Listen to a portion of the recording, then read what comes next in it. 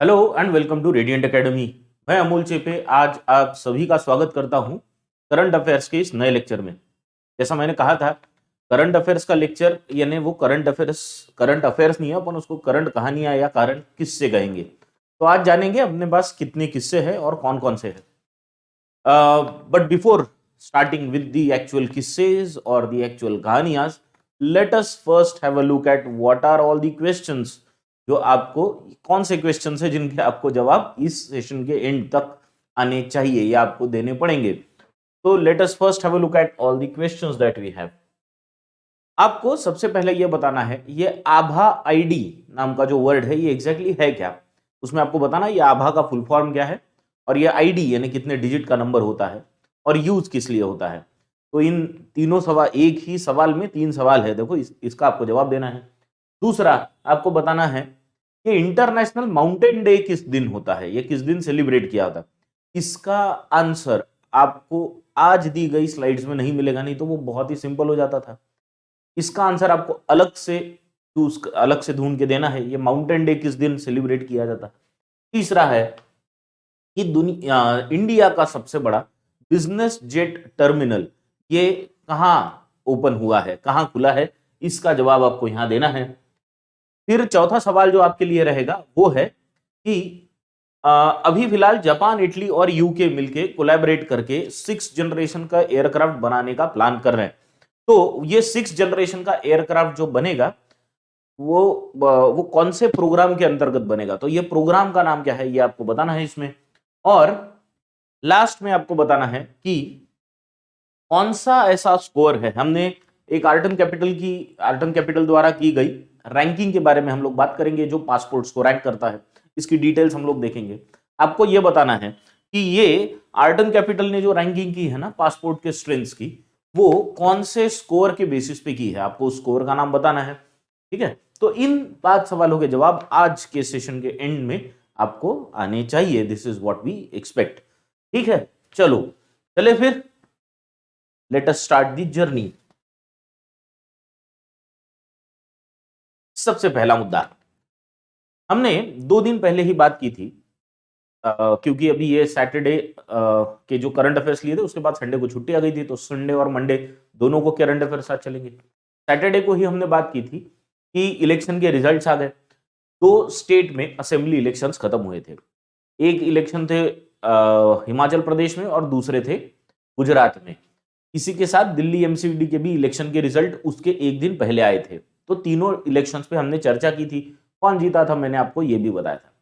उसी से रिलेटेड अब अगली न्यूज है, वो क्या है कि हिमाचल प्रदेश में चीफ मिनिस्टर चुन लिए गए हैं और कल इनका ओथ भी हो गया, यानी इनका शपथ विधि भी कल के दिन हो गया।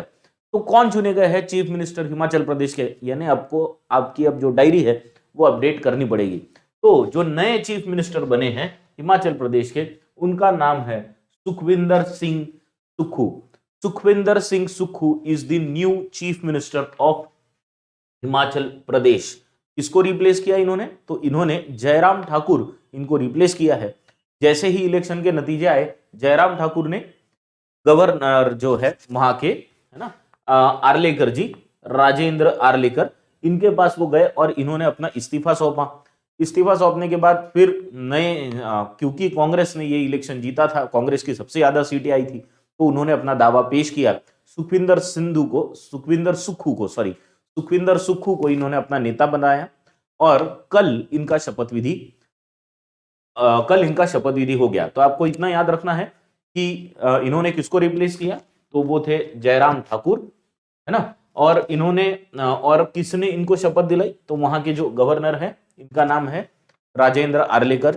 इसके साथ और एक इंपॉर्टेंट व्यक्ति के बारे में यहाँ पे जानना है हमको, वो है मुकेश अग्निहोत्री।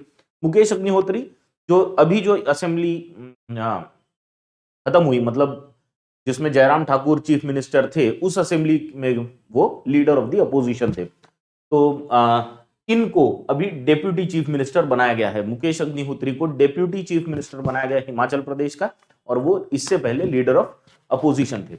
वैसे इनके भी बारे में एक बात आपको जान लेनी चाहिए कि सुखविंदर सिंह सुक्खू ये हिमाचल प्रदेश के कांग्रेस के स्टेट प्रेसिडेंट भी थे। 2013 से लेके 2019 तक। तो ये भी बात आपको एक पता होनी चाहिए। आई होप ये पॉइंट एकदम क्लियर हो गया होगा। अब चलेंगे हम लोग अगले पॉइंट की तरफ। अगली कहानी क्या है अपने पास? तो अगली कहानी किससे रिलेटेड? अगली कहानी दूसरे चीफ मिनिस्टर से रिलेटेड है। तो दूसरा जो इलेक्शन हुआ था वो हुआ था गुजरात में, और गुजरात में रिकॉर्ड सीट्स के साथ भारतीय जनता पार्टी यानी बीजेपी ने जीत हासिल की थी। अब बीजेपी ने जब जीत हासिल की तो इनके जो उस वक्त के चीफ मिनिस्टर थे जिनका नाम है भूपेंद्र पटेल, उन्हीं को फिर से ये बागडोर संभाली गई है, जिम्मेदारी फिर से दी गई है और ये बागडोर इन्हीं को सौंपी गई है। तो भूपेंद्र पटेल यही फिर से कंटिन्यू करेंगे as the chief minister of Gujarat for the second term. तो ये सेकेंड टर्म के लिए अभी चीफ मिनिस्टर का रोल निभाएंगे। पहले जब चीफ मिनिस्टर थे तो ये बने थे 2021 में। 2021 में विजय रूपाणी जो चीफ मिनिस्टर थे, कहीं लिखा है यहीं पे, हाँ अच्छा, तो विजय रूपाणी पहले जो चीफ मिनिस्टर थे, विजय आपको यहां लिख देता हूं मैं, विजय रूपाणी। तो विजय रूपाणी चीफ मिनिस्टर थे। तो इन विजय रूपाणी को इन्होंने रिप्लेस किया था 2021 में। अब 2021 में जो असेंबली थी वो 2017 से शुरू हुई थी, 5 साल के लिए, है ना, 2022 तक थी। तो 2017 में भूपेंद्र पटेल ये पहली बार he was elected as an MLA for the first time in 2017। 2017 में तो ये पहली बार एमएलए बन के आए थे। इससे पहले काउंसिलर थे। वैसे प्रोफेशन से ये बिल्डर है, यानी जमीन से जुड़े हुए आदमी बोल सकते हैं अभी इनको, हम बोल सकते हैं क्योंकि एक्चुअली जमीन से जुड़े हुए है ना, बिल्डर यानी प्रॉपर्टी से जुड़े हुए। तो by profession is a builder. Councillor थे, इससे पहले काफी साल तक काउंसिलर थे। 2017 में पहली बार विधानसभा में चुन के आए और पहली ही बार में 2021 में विजय रूपाणी की रिप्लेसमेंट करके इनको चीफ मिनिस्टर बना दिया गया। अब इन्हीं की लीडरशिप में इस बार बीजेपी ने ये इलेक्शन जीता है। तो आज दोपहर में, आज यानी 12 दिसंबर को इनको शपथ दिलाई गई। शपथ दिलाने के लिए कौन था? आचार्य देवव्रत, है ना, वहां के जो गवर्नर हैं आचार्य देवव्रत, इनके द्वारा शपथ दिलाई गई और अब ये अगले चीफ मिनिस्टर होंगे गुजरात के। तो आई होप यहां तक आपको सारी बातें क्लियर हो गई होगी। 2 नए चीफ मिनिस्टर्स है क्योंकि 2 इलेक्शंस हुए, उनमें से एक सेकेंड टर्म के लिए रिपीट हुए, नाम है भूपेंद्र पटेल। और हिमाचल प्रदेश में जो चीफ मिनिस्टर है वो नए हैं, उनका नाम है सुखविंदर सिंह सुक्खू। आई होप ये दोनों पॉइंट्स एकदम क्लियर हो गए होंगे आपको। चलो अब चलेंगे हम लोग अगले पॉइंट पे। एक इंटरनेशनल न्यूज जिसके बारे में आपको पूछा गया एक सवाल भी रिलेटेड है। क्या है पॉइंट? पाकिस्तान का जो पासपोर्ट है वो चौथे नंबर पे है, नीचे से चौथे नंबर पे है ना, rank 4th lowest in the world. अब ये रैंक, पासपोर्ट का रैंक कैसे होता है ये भी जानेंगे, किसने ये रैंकिंग की है वो भी जानेंगे। तो let us now understand the entire किस्सा या एंटायर कहानी। तो कहानी क्या है? कहानी है कि पासपोर्ट की जो रैंकिंग होती है वर्ल्ड में वो करने वाली कुछ ऑर्गेनाइजेशंस है। एक ऑर्गेनाइजेशन तो बड़ी फेमस है जिनका नाम है हेनली। इनको बोला जाता है Henley passport index, Henley passport index. तो ये एक हेनली पासपोर्ट इंडेक्स होता है जो करता है, लेकिन हेनली का ऐसा है कि वो रियल टाइम में पासपोर्ट इंडेक्स नहीं जारी करता, वो करता है फिर अगले साल फिर से करता है एंड सो ऑन। इसके अलावा और एक पासपोर्ट का इंडेक्स है जिसको काफी रिकॉग्नाइज किया जाता है या जिसको माना जाता है, और वो है आर्टन कैपिटल का। आर्टन कैपिटल नाम कहाँ है पता नहीं, अच्छा चलो यही देख लो, आर्टन कैपिटल पासपोर्ट इंडेक्स है ना। तो आर्टन कैपिटल पासपोर्ट इंडेक्स ये और एक इंडेक्स है जिसको काफी माना जाता है दुनिया भर में। अब ये आर्टन कैपिटल इंडेक्स क्या करता है? सारी कंट्रीज के पासपोर्ट की रैंकिंग करता है। अब रैंकिंग करने के लिए बहुत बार नहीं, रैंकिंग करने के लिए हर बार एक स्कोर का इस्तेमाल किया जाता है। वो स्कोर कौन सा है? उस स्कोर को बोलते हैं मोबिलिटी स्कोर। Mobility score. अब ये मोबिलिटी स्कोर क्या होता है?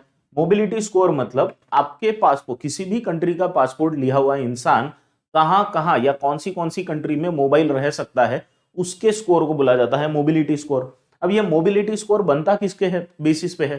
तो ये बनता है 3 चीजों के बेसिस पे। पहली तो होता है वीजा फ्री एंट्री कितने कंट्रीज में है, वीजा फ्री एंट्री कितने कंट्री में है, अगर आपके पास वो अगर आपके पास उस कंट्री का पासपोर्ट है तो। दूसरा, वीजा ऑन अराइवल कितने कंट्रीज में आपको मिला है, उस पे भी रैंकिंग होती है। और तीसरा, ई वीजा कितने कंट्रीज से आपको मिलता है या मिल सकता है। तो ये 3 चीजों पे मोबिलिटी स्कोर डिसाइड होता है, और ये मोबिलिटी स्कोर जिस कंट्री का सबसे ज्यादा होगा उस कंट्री की पासपोर्ट की स्ट्रेंथ सबसे ज्यादा होगी। अब मोबिलिटी स्कोर में सबसे बड़ा, सबसे ऊपर कौन आया, तो सबसे ऊपर आया यूनाइटेड अरब एमिरेट्स। कहां है, यूएई आपको यहां दिखेगा। UAE has been declared as the most powerful passport. ये दुनिया का सबसे ताकतवर पासपोर्ट बना है। क्यों, क्योंकि यूएई के पासपोर्ट वाले लोगों को 180 कंट्रीज में जाने का है, इजीली जा सकते हैं वो, उनको बहुत इजीली एंट्री वहां पे है, वीजा फ्री एंट्री मिल जाएगा, ई वीजा या वीजा ऑन अराइवल मिल जाएगा 180 कंट्रीज में। And that is why UAE's passport has been ranked as number 1। दूसरे नंबर पे जो आई है वो काफी सारी कंट्रीज है जिनमें आपको मिल जाएगी, जिसमें आपको जर्मनी हो गया, फिर स्वीडन हो गया, फिनलैंड हो गया, लग्जमबर्ग, स्पेन, ऐसी कंट्रीज जो है वो सारी कंट्रीज को ऑलमोस्ट 173 कंट्रीज में वीजा फ्री एंट्री है। 173 कंट्रीज में कौन सी, इसमें आपको मिल जाएगी जर्मनी ना, फिर स्पेन, स्वीडन ना। तो ये मैं इतना क्यों लिख रहा हूं, क्योंकि यही तो लिस्ट है सारी। हाँ चलो देखो, यूएई जिनका रैंक फर्स्ट है, बराबर है, इनको 180 कंट्री में एंट्री है वहां के पासपोर्ट वालों को। फिर है Germany, Sweden, Finland, Luxembourg, Spain, France, Italy, Netherlands and Austria. तो ये सारी कंट्रीज है। लेकिन अब यहाँ पे देखना, सबको 2 3 4 5 6 7 8 9 10 रैंक दे दिए गए हैं, लेकिन सबका स्कोर सेम है 173, यानी सारे के सारे सेकंड रैंक पे आपको मिल जाएंगे, सब सेकंड रैंक पे है। क्यों, क्योंकि कोई भी कंट्री उठा लो वो 173 कंट्रीज में आराम से जा सकते हैं। अब इसमें एक बात देखने लायक है, मैंने आपको पहले ही बताया था कि और एक इंडेक्स है जिसका नाम है हेनली पासपोर्ट इंडेक्स। अब हेनली पासपोर्ट इंडेक्स का जब रिपोर्ट आया था तो उसमें टॉप पे था जापान। अब जापान को, है ना, टॉप पे था जापान, तो जापान को 171, जापान के पासपोर्ट वाले 171 कंट्रीज में जा सकते हैं। अब यूएई का स्कोर कम था इनकी लिस्ट में। पर अब ये जो रियल टाइम चेंज होता है ये कौन दिखाता है, ये आपको दिखाता है आर्टन कैपिटल, है ना, आर्टन कैपिटल। तो आर्टन कैपिटल के इंडेक्स में टॉप करने वाली कंट्री, आर्टन कैपिटल के इंडेक्स में टॉप करने वाली कंट्री कौन सी बनी है, वो बनी है यूएई। और पाकिस्तान, जैसे मैंने कहा, नीचे से चौथा है। तो पाकिस्तान के नीचे और कोई है क्या, हाँ है ना, बहुत नामी गिरामी कंट्रीज है। कौन सी इनके नीचे, इराक, उसके नीचे है सीरिया, फिर है अफगानिस्तान, बस खत्म, इनसे नीचे यही 4 कंट्रीज है। अब आपको यह सवाल आएगा कि सर 180 कंट्रीज अगर है तो 94 पे पाकिस्तान आ गया, तो सिर्फ 4 ही लोग नीचे कैसे। देखो क्या है, जैसे मैंने आपको कहा कि फर्स्ट रैंक पे यूएई है, पर सेकंड रैंक पे कितनी कंट्रीज है, बहुत सारी कंट्रीज है। यहां तो 2 से लेके 10 तक सारी सेकंड रैंक वाली कंट्रीज है, सेम स्कोर, बराबर है। तो वैसे ही एक रैंक पे बहुत सारी कंट्रीज है, पर इसीलिए ऑल्दो देयर आर 180 कंट्रीज, वो रैंक हो गए कम। इंडिया का क्या है भाई, इंडिया का, तो इंडिया इज रैंक 87th।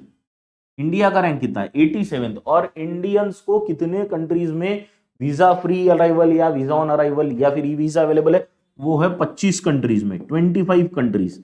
और इसीलिए तो हमारा रैंक कोई बहुत खास तो बड़ा नहीं है, बहुत अच्छा नहीं है, लेकिन फिर भी आर्टन कैपिटल के अनुसार, लेकिन फिर भी पाकिस्तान नीचे है, इसलिए अपने को अलग से खुशी हो रही है ना। तो पाकिस्तान नीचे से चौथा, इंडिया का रैंक 87 है, 25 कंट्री में हमको अलाउड है। तो ये चीजें आपको आई थिंक ये पॉइंट्स एकदम क्लियर हो गई होंगी। यमन का यहाँ पे 93 दिया गया है, बांग्लादेश का 92, पैलेस्टाइन का 91, इवन ईरान का 90th दिया गया। ये सब भी पाकिस्तान से ऊपर, लेकिन इंडिया से कोई बहुत ज्यादा दूर है नहीं, ठीक है। तो आई थिंक आपको ये आर्टन कैपिटल का पासपोर्ट रैंकिंग इंडेक्स पता चल गया होगा, कौन से बेसिस पे होता है। वो मोबिलिटी स्कोर आपको पता चल गया होगा, और वो मोबिलिटी स्कोर कौन से 3 चीजों पे होता है, visa free entry, visa on arrival और ई वीजा, ये भी क्लियर हो गया होगा आइडिया। और दूसरा जो इंडेक्स है जो बहुत इंपॉर्टेंट है, ये हेली पासपोर्ट इंडेक्स, इससे कंपैरिजन हमको आर्गन कैपिटल इंडेक्स का करना होता है। ठीक है, आई होप यहां तक आपको सारी चीजें इस पॉइंट की क्लियर हो गई होगी। चलो अब चलते अगले पॉइंट पे। किसी भी क्वेश्चन में अगर कुछ भी तकलीफ रहे, किसी भी पॉइंट में अगर कुछ भी तकलीफ रहे, तो आप प्लीज कमेंट में डाल दीजिए, डाला करो, so that I can give you better explanation in the next class. ठीक है, चलो अब शुरू करते अगले कहानी से। अगली कहानी क्या है? अगली कहानी है बहुत अच्छे वर्ड से, वर्ड है वर्क फ्रॉम होम। कल ही मेरी बात हो रही थी मेरे एक दोस्त से, मेरा दोस्त है हैदराबाद में, अभी is working for an IT company, IT में ही है। तो मैंने उसको पूछा कैसा अभी वर्क फ्रॉम होम चल रहा है सही से? बोला हाँ वर्क फ्रॉम होम चल रहा है, लेकिन यार वो कंपनी वाले फिर से बुला रहे हैं 2 दिन, हफ्ते में 2 दिन तो भी उनको ऑफिस में आना पड़ेगा, ऐसा बोल रहा है। अब मेरा बिल्कुल मूड नहीं है, मैं तो सोच रहा हूँ रिजाइन कर दूं। बोला इतना क्या है यार, 2 ही दिन तो जाना है ऑफिस, पहले तो रोज जाते थे ऑफिस में। नहीं, अब ऐसी आदत हो गई पिछले साल से कि अभी ऑफिस जाने का मन नहीं करता। बोला ये भी सही है। बोला तुम लोग मूनलाइटिंग वगैरह करते हो इसलिए कर रही क्या कंपनी? बोले नहीं, बहुत सारे अलग रीजंस है, वो कभी डिटेल में बाद में बताऊंगा। तो ये जो चीज है वर्क फ्रॉम होम वाली, इसकी बहुत आदत लग गई है अपने आईटी वाले दोस्तों को। तो इसी के बारे में थोड़ा सा याद करते हैं। सरकार ने उनके लिए कुछ तो भी किया है, उनके लिए एक राहत की बात। क्या राहत की बात? गवर्नमेंट ऑफ इंडिया ने 100% वर्क फ्रॉम होम अलाउ किया है, लेकिन किसको? सबको नहीं किया है, सबको नहीं किया है, ध्यान रखना। किसको किया है? आईटी यूनिट्स को किया है, जो कि एसीजेड में है। एसीजेड बोले तो स्पेशल इकोनॉमिक जोन्स। तो स्पेशल इकोनॉमिक जोन्स में आने वाली आईटी यूनिट्स को 31 दिसंबर 2023 तक वर्क फ्रॉम होम दे दिया गया, वो भी 100%। इससे पहले जुलाई में, कब? जुलाई की बात कर रहे हैं हम लोग, है ना? जुलाई में सरकार ने 50% को परमिशन दी थी। कितनों को दी थी? 50% को। 50% को परमिशन दी थी सरकार ने जुलाई में कि 50% लोग वर्क फ्रॉम होम कर सकते हैं, लेकिन 50% को आना पड़ेगा। पर अब सरकार ने बोला कि आईटी वाले ही तो घर पे बैठ के काम हो सकता है, काय को बुलाते ऑफिस? दे दिया, बोले जाओ घर पे बैठो मस्त काम करो, लेकिन हमको बताते चलना। तो अब इससे पहले क्या होता, लिस्ट देनी पड़ती थी कौन वर्क फ्रॉम होम कर रहा है, कौन कहाँ कर रहा है। अब ऐसा नहीं है, एक ईमेल नोटिफिकेशन भेजना पड़ेगा सर, एक ईमेल नोटिफिकेशन भेज देंगे सरकार की तरफ की, बोलेंगे ये हम वर्क फ्रॉम होम इतने इतने लोगों का करा रहे, बस काम हो जाएगा। ईज ऑफ डूइंग बिजनेस के अंडर आ जाएगा ये, है ना? तो वर्क फ्रॉम होम की परमिशन कब तक मिली है? दिसंबर 2023 तक मिली है। इसका मतलब ये है कि 31 दिसंबर 2023 तक एसीजेड में आने वाली कोई भी आईटी कंपनी अपने यहाँ के लोगों को वो वर्क फ्रॉम होम वाली सुविधा 100% तक दे सकती है। सारे लोग घर से काम कर सकते हैं। दूसरा ही नहीं, अगर उनके यहाँ कोई ऐसा एम्प्लॉय होगा कि जो कहीं बाहर काम कर रहा है या नहीं आ सकता ऑफिस, तो ऐसे लोगों को सारी सुविधाएं मतलब काम करने के लिए जो चीजें लगती है, जैसे लैपटॉप लगेगा, डेस्कटॉप कंप्यूटर लग सकता है, या फिर बाकी इलेक्ट्रॉनिक इक्विपमेंट्स लगेंगे, तो वो कंपनी को प्रोवाइड करने पड़ेंगे। उसके लिए कंपनी कोई चार्जेस नहीं ले सकती, उस पर कोई टैक्स भी नहीं लगेगा। तो यानी कंपनी और कुछ उस पर चार्जेस ड्यूटीज ये सब नहीं लेगी। तो ये बहुत एक इंपॉर्टेंट चीज इसमें और निकल के आई है। आई होप यहां तक का मुद्दा, यहां तक का पॉइंट, ये किस्सा पूरी तरह से क्लियर हो गया होगा। चलो अब चलते अगले पॉइंट की ओर। आगे क्या है? आगे तो एक बहुत धांसू पॉइंट है, 6th जनरेशन एयरक्राफ्ट के बारे में। 6th generation aircraft. अब देखो 6th जनरेशन एयरक्राफ्ट ये होता क्या है, पहले तो हम इसकी कहानी समझेंगे। अभी हम लोग जो मोबाइल का नेटवर्क यूज कर रहे हैं वो 4G है। हम छोटे शहर वाले, अपने यहाँ 4G ही मिल रहा है, बराबर है। 5G अभी तक अपने यहाँ आने का है, लेकिन इंडिया में अभी 5G आ चुका है। 5G कुछ शहरों में शुरू भी हो गया है, पर हम अभी तक 4G यूज कर रहे हैं, बराबर है। हमने 4G से फिर अपग्रेड कर लिया, अभी 4G हो गया, फिर अपन ने 4G से 5G अपग्रेड कर लिया। ये क्या है? 4G मतलब 4th जनरेशन, 5G मतलब 5th जनरेशन, यानी द टेक्नोलॉजी इज अपग्रेडेड, वो नए जनरेशन में आ गई, बराबर है। अब 5G से फिर जाएगा 6G तक, बराबर है, एंड सो ऑन। अब एयरक्राफ्ट में भी ऐसा है, 4th जनरेशन के एयरक्राफ्ट यानी 4th जनरेशन में जो टेक्नोलॉजी थी उस पर डिपेंडेंट, फिर 5th जनरेशन के एयरक्राफ्ट यानी उसकी अलग टेक्नोलॉजी और अपग्रेडेड, और 6th जनरेशन के एयरक्राफ्ट। अभी दुनिया में जो एयरक्राफ्ट यूज में है, जेट्स, फाइटर जेट्स की बात कर रहे हैं हम, है ना, जो लड़ाई में यूज होते, वो जेट्स अभी फिलहाल 5th जनरेशन की यूज में है। यूज में कौन से है अभी? 5th generation. सबसे पहला 6th जनरेशन का एयरक्राफ्ट लाने की सोच रहा है यूएस, और वो भी 2030 तक। ये यूएस का 2030 तक इसको लाने की सोच रहा है, बराबर है। तो ये 6th जनरेशन तक 2030 तक 6th जनरेशन का यूएस का एयरक्राफ्ट आने की बात चल रही, ठीक है। तो समझ गए, तो 6th जनरेशन का एयरक्राफ्ट क्या होगा? Upgraded version of the aircraft that countries now have, ठीक है। अब इसमें न्यूज क्या है अपने लिए? अपने लिए जो न्यूज है वो है कि जापान क्या कर रहा है। एक्चुअली जापान अकेला नहीं कर रहा, जापान कर रहा है, यूके कर रहा है, इटली, ये 3 कंट्री ऐसा बोल रही है कि हम लोग साथ में आएंगे, कोलैबोरेट करेंगे 6th जनरेशन का एयरक्राफ्ट बनाने के लिए। 6th जनरेशन का एयरक्राफ्ट बनाने के लिए जापान, इटली और यूके ये कोलैबोरेट करेगी और 6th जनरेशन के एयरक्राफ्ट बनाएगी। तो क्या ये इससे पहले ये कुछ ऐसा काम नहीं कर रहे थे? ये कर रहे थे। देखो, जापान का एक प्रोग्राम है जिसका नाम है एफएक्स, आपको यहां दिखेगा, जापान का एक एफएक्स नाम का प्रोग्राम है। वैसा ही ब्रिटेन का भी एक 6th जनरेशन एयरक्राफ्ट बनाने के लिए प्रोग्राम चल रहा था, नाम है टेम्पेस्ट। अब ये क्या करेंगे, एफएक्स और टेम्पेस्ट ये इनको मिला देंगे, साथ में इटली का भी कोई अगर प्रोग्राम होगा तो वो भी आ जाएगा। ये सारे प्रोग्राम्स कोलैबोरेट होंगे साथ में और फिर 6th जनरेशन का एयरक्राफ्ट बनेगा। तो इन्होंने टारगेट क्या रखा है अपने लिए? टारगेट रखा है 2035 तक, है ना। तो इनका टारगेट है 2035 तक। क्या जापान, यूके और इटली ये एक ही ऐसा ग्रुप है जो इस पे काम कर रहा है? तो नहीं, ऐसा नहीं है। देखिए, ये एक ग्रुप है, वैसा ही एक ग्रुप है जिसमें स्पेन है, जर्मनी है और फ्रांस है। कौन कौन है? स्पेन, जर्मनी और फ्रांस ना। तो ये 3 कंट्रीज का भी एक ग्रुप है जो 6th जनरेशन एयरक्राफ्ट बनाने के पीछे लगा हुआ है, बराबर। लेकिन अभी जो न्यूज आई है वो है जापान, यूके और इटली इन्होंने बोला है। तो जापान क्या है, यूएस के साथ पहले बनाने वाला था, लेकिन फिर उसको सोचा यार यूएस पहले ही बहुत बिजी है, कहां इसको तकलीफ देते, अपन और कंट्रीज ढूंढते। अच्छा, यूएस वालों ने को क्या बुरा लगा? फिर उन्होंने क्या कहा? उन्होंने कहा ठीक है, बना ही रहा है तो हम इसको सपोर्ट देंगे, इनको जो भी मदद लगेगी वो हम करेंगे। नाटो के साथ ये कंपैटिबल एयरक्राफ्ट बनाने की भी बात कर रहे हैं, यानी कहीं तो भी यूएस का इनको पीछे से सपोर्ट रहेगा, ठीक है ना। अब जो ये प्रोजेक्ट चल रहा है, कौन सा? जापान, यूके और इटली का, इसका नाम होगा ग्लोबल कॉम्बैट एयर प्रोग्राम। इसका नाम होगा ग्लोबल कॉम्बैट एयर प्रोग्राम, ठीक है ना। Global combat air program. तो ये ग्लोबल कॉम्बैट एयर प्रोग्राम कौन से 3 कंट्रीज मिलकर करेगी? जापान, यूके और इटली। अच्छा, ये यहां तक तो ठीक है, पर ये बड़ी बड़ी और फिर दूसरा ग्रुप जैसे मैंने कहा आपको, स्पेन, जर्मनी और फ्रांस, ये भी साथ में कर रहे हैं।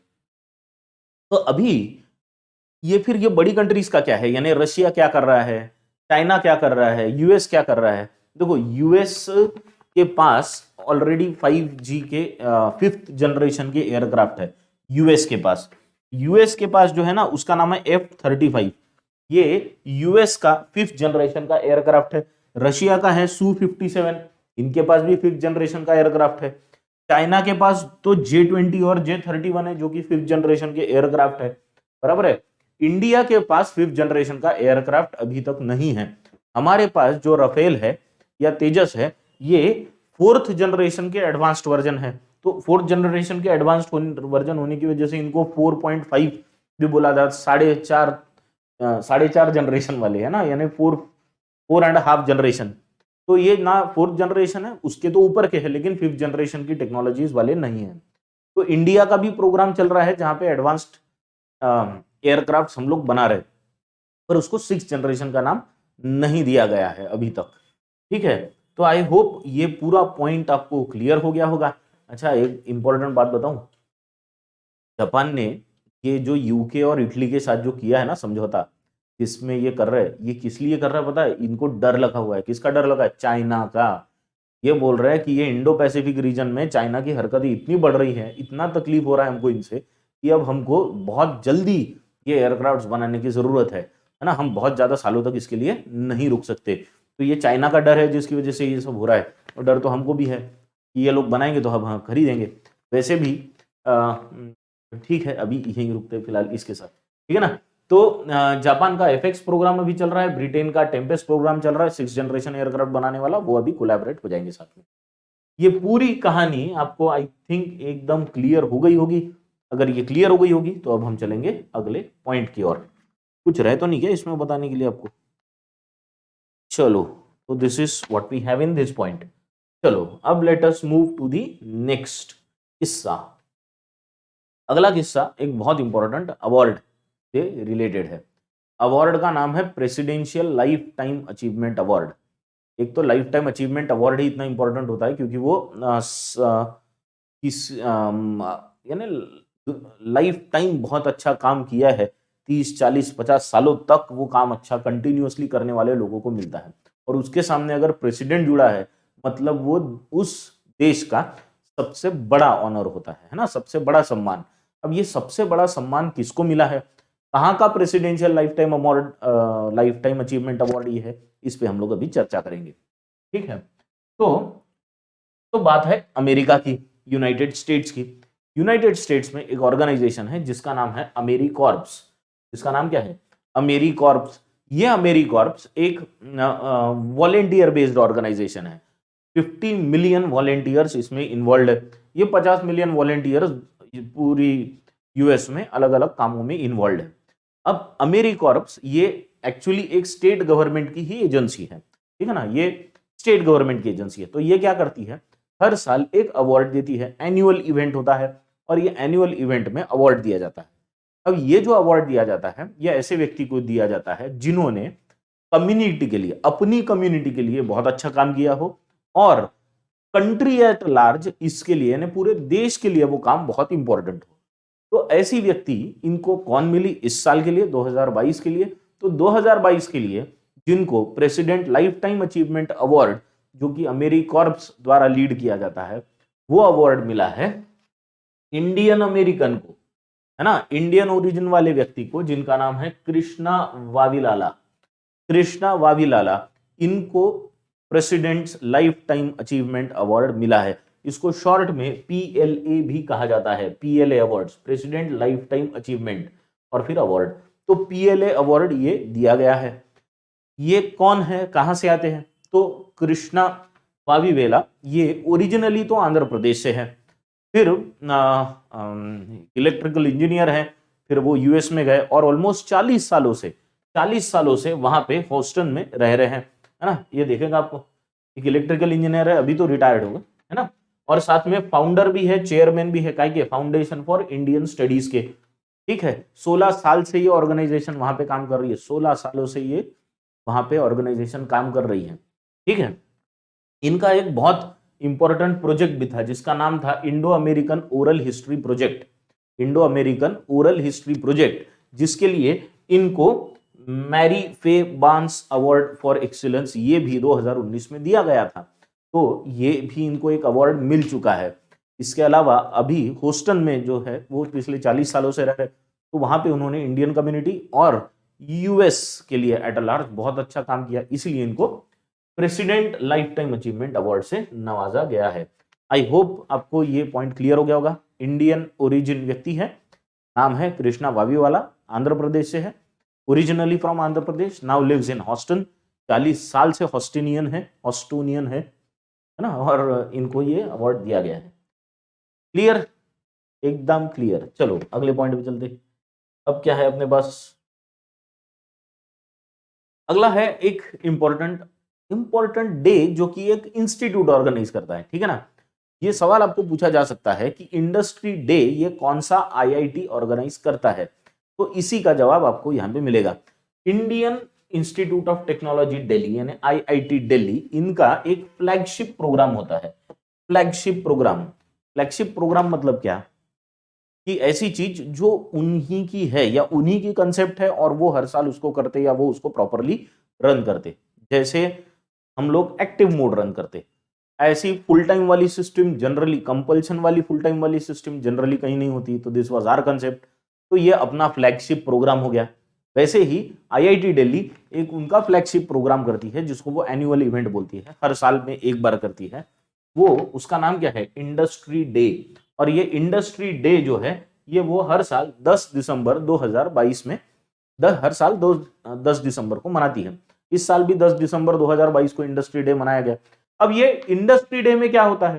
तो इंडस्ट्री डे में आईआईटी दिल्ली में एक इवेंट ऑर्गेनाइज किया जाता है जहां पे इंडस्ट्री के जितने रिप्रेजेंटेटिव्स है, यानी अलग अलग कॉर्पोरेट्स के लोग वहां आएंगे, अलग अलग इंडस्ट्री से जुड़े हुए लोग वहां आएंगे, और यहाँ पे आईआईटी दिल्ली के बच्चों के द्वारा या वहां के स्टूडेंट्स के द्वारा, वहां के पूरे आईआईटी दिल्ली के द्वारा वो कौन से प्रोजेक्ट्स पे काम कर रहे हैं, वहां कौन से नए इनोवेशंस हुए हैं, ये सारी चीजें वो कॉर्पोरेट्स को दिखाने का काम होता है, ताकि इंडस्ट्री को ये पता चले कि आईआईटी दिल्ली में कौन सी चीजें नई हो रही है। इसके अलावा इंडस्ट्री से फीडबैक भी मिलता है जहां पे ये कहा जाता है कि इंडस्ट्री की फिलहाल की रिक्वायरमेंट क्या है और उस रिक्वायरमेंट के अनुसार आपको क्या और कितना और काम करने की जरूरत है।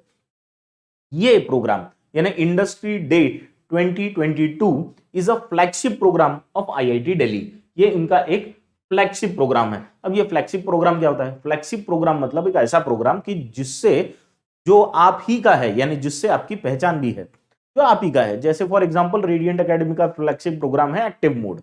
अब एक्टिव मोड में कंपलसरी इतने वक्त से इतने वक्त तक आपको पढ़ाई करना है, उसके बाद वो सारी सिस्टम पे at the end of the day चर्चा होगी। ये एक फ्लैगशिप प्रोग्राम है ना। तो ये फ्लैगशिप प्रोग्राम जैसा रेडिएंट एकेडमी का है छोटा सा है, वैसे आईआईटी दिल्ली का एक बड़ा फ्लैगशिप प्रोग्राम है जिसका नाम है इंडस्ट्री डे। आई होप ये पॉइंट, ये कहानी भी एकदम आपको क्लियर हो गई होगी। अब हम चलेंगे अगली कहानी की ओर। अगली कहानी क्या है हमारी? अगली कहानी है हमारी एक बिजनेस जेट टर्मिनल के बारे में। बिजनेस जेट टर्मिनल जो कि CIAL में बना है और ये 10 दिसंबर को कमीशन किया गया, या ऐसा कहेंगे हम उसको इनॉग्रेट किया गया। अब ये क्या चीज है? पहले तो हम ये CIAL क्या है ये जान लेते हैं। CIAL का नाम मतलब है Cochin international airport limited, CIAL। अब देखिए यहां ये इतना ध्यान में आएगा ना, CIAL क्या है। अब ये बिजनेस जेट टर्मिनल क्या है, ये क्या क्यों इनॉग्रेट किया गया, इसकी कहानी की ओर चलेंगे। देखो कहानी क्या है। लेट्स से हम अज्यूम करते हैं कि किसी दिन एलन मस्क इंडिया में आए और उन्हें ऐसा लगे कि मुझे केरल के किसी एक शहर में, लेट्स से वहां की कैपिटल में, एक बहुत बड़ी इंडस्ट्री सेटअप करनी है। अब एलन मस्क आएंगे तो उनके पास इतना पैसा है कि वो अपनी आएंगे प्राइवेट प्लेन से। तो वो प्राइवेट प्लेन से आए।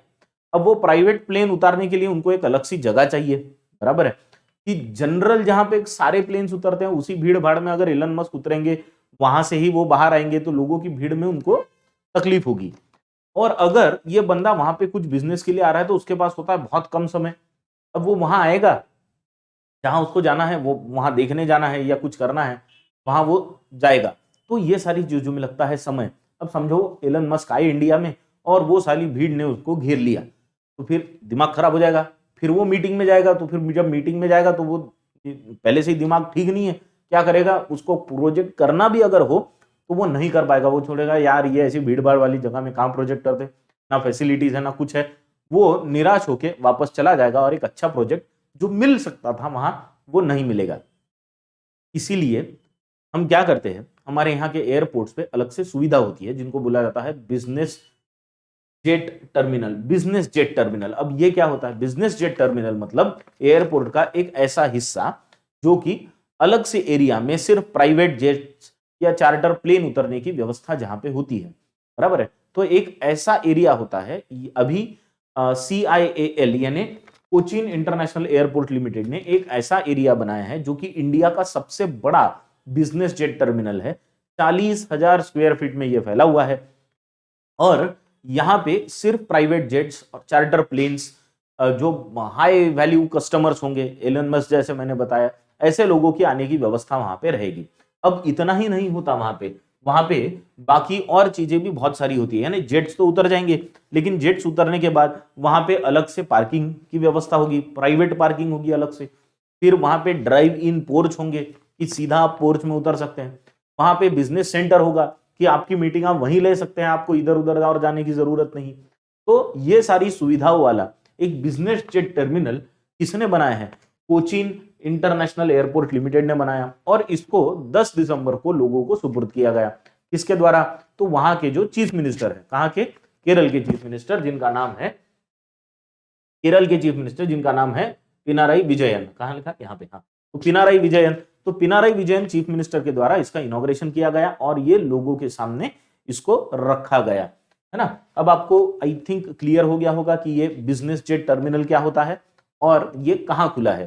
तो ये जो है कोचीन इंटरनेशनल एयरपोर्ट लिमिटेड, आपको इनके चेयरमैन का भी नाम याद रखना होगा क्योंकि ये पूछा जा सकता है। तो इनका नाम है के करुणाकरन।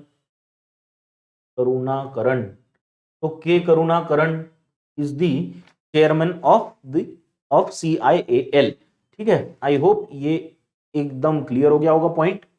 चलो अब चलते अपन अगले पॉइंट की ओर।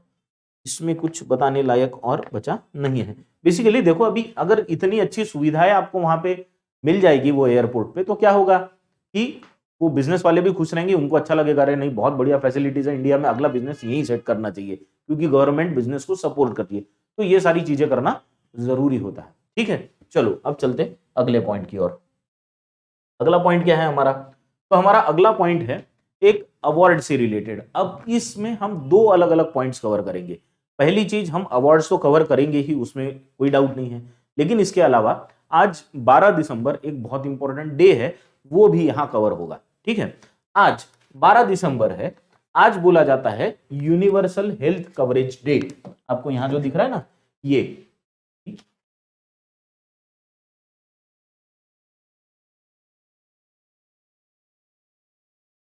ठीक है, आपको यहां दिख रहा है यूनिवर्सल हेल्थ कवरेज डे। अब ये यूनिवर्सल हेल्थ कवरेज डे जो है, ये यूनाइटेड नेशंस द्वारा 12 दिसंबर को हर साल मनाया जाता है। 2017 से इसकी शुरुआत हुई थी।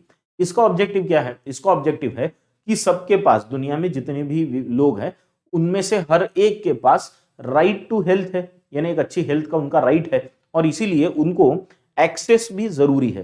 हेल्थ से रिलेटेड जितनी चीजें हैं, फिर वो चाहे क्यूरेटिव हो, वो प्रमोटिव चीजें हो, प्रिवेंटिव चीजें हो, क्यूरेटिव चीजें हो या रिहेबिलिटेटिव चीजें हो, ये सारी चीजों का एक्सेस होना चाहिए, ये सारी सुविधाओं का एक्सेस होना चाहिए। इसके लिए एक डे सेलिब्रेट यूनाइटेड नेशंस द्वारा किया जाता है जिसका नाम है यूनिवर्सल हेल्थ कवरेज डे। अब ये यूनिवर्सल हेल्थ कवरेज डे होता है 12 दिसंबर को। इसी के उपलक्ष्य में इंडिया में एक उसी को सेलिब्रेट किया गया। अब वो सेलिब्रेट कहां किया गया? तो वो किया गया उत्तर प्रदेश वाराणसी में। हाँ, अब इसका जो प्रोग्राम हुआ ये पहले हुआ, 10 और 11 दिसंबर को इसका प्रोग्राम हुआ, 10th and 11th of December को इसका प्रोग्राम हुआ और ये एक नेशनल कॉन्क्लेव हुआ। कहां हुआ? International cooperation and convention centre Varanasi, Uttar Pradesh में। तो ये कॉन्क्लेव हुआ जहां पे इंडिया में जितने स्टेट्स है वो सारे स्टेट्स के हेल्थ मिनिस्टर को इनवाइट किया गया था। हमारे इंडिया के जो हेल्थ मिनिस्टर है वो वहां पे पहुंचे थे और मनसुख मांडविया जी आपको यहाँ पे दिखेंगे, है ना। तो ये यहाँ पे पहुंचे थे और ऑफ कोर्स ये उत्तर प्रदेश के चीफ मिनिस्टर थे, उत्तर प्रदेश की गवर्नर थी आनंदीबेन पटेल, ये सब वहां पे पहुंचे थे। अब क्या हुआ कि ये प्रोग्राम में अलग अलग अवार्ड दिए गए। अब इनमें से एक अवार्ड था Ayushman Bharat health account ID generation के लिए दिया गया अवार्ड। अब यहाँ पे एक बहुत बड़ा नाम है, क्या? आयुष्मान भारत, ये स्कीम के बारे में आपको पता है। अब इसी में एक ID होता है जिसको हम बोलते हैं Ayushman Bharat health account ID। Ayushman Bharat health account ID का फुल फॉर्म क्या होता है? ABHA, आभा। ये आभा का जो ID होता है, ये ID, तो ये होता है आभा ID। अब ये आभा ID क्या है? तो जैसे मैंने कहा आयुष्मान भारत हेल्थ अकाउंट का ये ID है। ये एक 14 डिजिट का नंबर होता है जिससे जो हर एक व्यक्ति को दिया जाता है और वो 14 डिजिट ID से ही उस व्यक्ति की पहचान होती है। यानी जो पूरा हेल्थ का इकोसिस्टम इंडिया में बना है उसमें हर एक को एक ID दिया गया है जिसको आभा ID बोला जाता है, बराबर है। तो ये कितने डिजिट का होता है? 14 डिजिट का, और हेल्थ इकोसिस्टम में उसको आइडेंटिफाई करने के लिए बना हुआ है, ठीक है ना। तो ये ID का जनरेशन करना बहुत जरूरी है, ज्यादा से ज्यादा लोगों का ये ID बनना जरूरी है, बराबर। तो ये सबसे ज्यादा ID बनाने का जो ये इस बार का यानी 2022 में सबसे ज्यादा ID बनाने का जो अवार्ड दिया गया वो किस स्टेट को दिया गया? वो दिया गया जम्मू एंड कश्मीर को, बराबर है। तो सबसे ज्यादा ID बनाने के जो कंट्री जो स्टेट्स की लिस्ट थी उसमें टॉप किया है जम्मू कश्मीर ने। इसके अलावा जम्मू कश्मीर का और एक कैटेगरी में नंबर लगा, लेकिन वहां फर्स्ट नहीं आया, वहां आए सेकंड। वो कैटेगरी कौन सी थी? वो है टेली कंसल्टेशन की कैटेगरी, है ना। तो टेली कंसल्टेशन की जो कैटेगरी थी उसमें जम्मू कश्मीर को सेकंड प्राइज मिला। फर्स्ट प्राइज का मिला इनको आईडी जनरेशन की कैटेगरी में, और सेकंड प्राइज मिला है टेली कंसल्टेशन की कैटेगरी में। आई होप ये पूरे प्रोग्राम के बारे में आपको ध्यान में आ गया होगा। फिर से एक बार शॉर्ट में रिवाइज करा देता हूं। आज यूनिवर्सल हेल्थ कवरेज डे है 12 दिसंबर को। इसके उपलक्ष्य में नेशनल कॉन्क्लेव एक ऑर्गेनाइज किया गया था वाराणसी उत्तर प्रदेश में, जो 10 और 11 दिसंबर को हुआ। 10 और 11 दिसंबर को सारे स्टेट्स के हेल्थ मिनिस्टर को वहां पे इनवाइट किया गया था। वहां पे इंडिया के हेल्थ मिनिस्टर भी थे, मनसुख मांडविया जी, और उसी में आयुष्मान भारत से रिलेटेड हेल्थ पूरी इकोसिस्टम के बारे में चर्चाएं हुई। उसी में फिर अवार्ड्स दिए गए, जिसमें जम्मू कश्मीर को सबसे ज्यादा आईडी जनरेशन का अवार्ड दिया गया। उसी के साथ में उनको टेली कंसल्टेशन के कैटेगरी में दूसरा अवार्ड मिला। यहां तक ये सारी चीजें आई थिंक आपको पूरी तरह क्लियर हो गई होगी। अब चलेंगे हम लोग अगले पॉइंट की ओर। अगला मुद्दा क्या है हमारा? तो दो और चीजें थी जिसके बारे में बहुत डिटेल में जाने की जरूरत नहीं लगी मुझे। ऐसा लगा कि उसको वन लाइन में ही आपको बता दिया जाए कि मानसी गुलाटी की नई किताब जो आई है उसका नाम क्या है, तो आपको याद रखना है उसका नाम है मिरेकल्स ऑफ फेस योगा।